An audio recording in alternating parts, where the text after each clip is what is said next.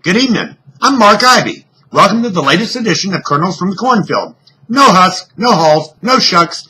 News with a dash of commentary to spice up your fare for Wednesday, May 28, 2014. Foreign policy?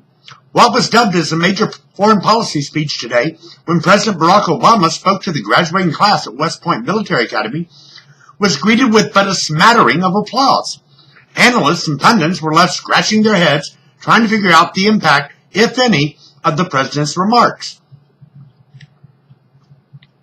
I'm left with an empty feeling and a sense that our nation may be in the last seconds of our 15 minutes of fame on the world stage if the president's idea of global leadership continues.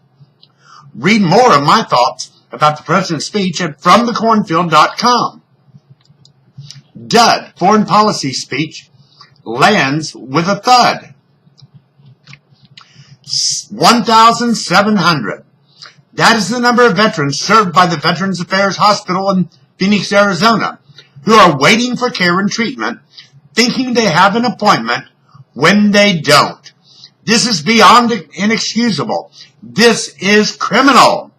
In addition to Republican Arizona Senator John McCain calling for VA Secretary Eric Shinseki to step down today, Democratic Utah Senator Mark Udall also said it was time for Shinseki to go. Our veterans deserve better.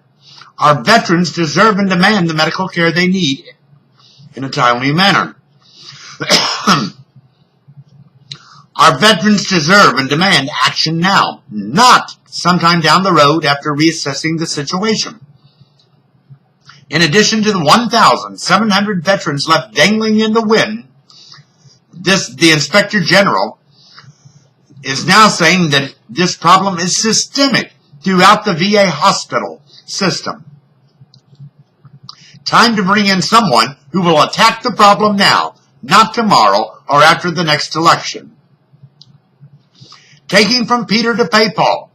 Check out my article on an intended consequence of the Affordable Care Act, hitting seniors and those on disability as of June 1st. You can read all about it at FromTheCornfield.com. Malaysian Flight 370. Now we're being told that there are doubts at the ping that the search, which revealed nothing but endless water and sea bottom, was not from one of Flight 370's data recorders after all. What made the change in this assessment?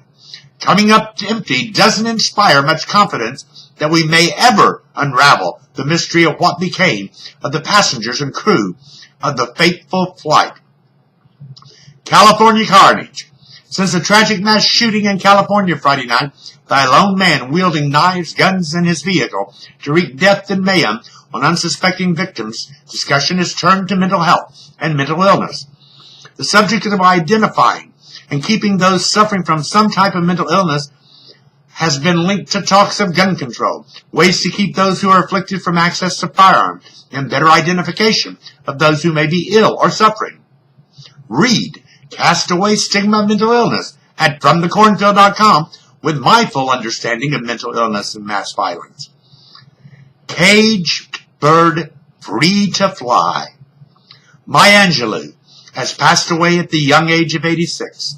The actress, author, poetess, and activist has broken free from the shackles of humanity to soar with the angels.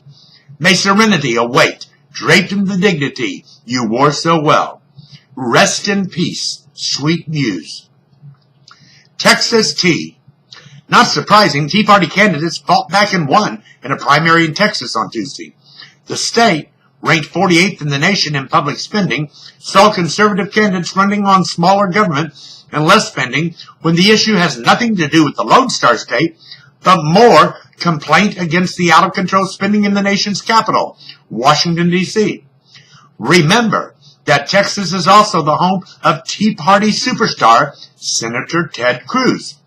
Another big issue in Texas was immigration, those in the country and stayed illegally. Texans of Hispanic lineage may have been upset, but by a wide margin, Republicans are the dominant party in the state. Remains now to be seen if the Tea Party-backed candidates will win in November, as expected, and whether those elected understand the concept of compromise. Snowden. Edward Snowden.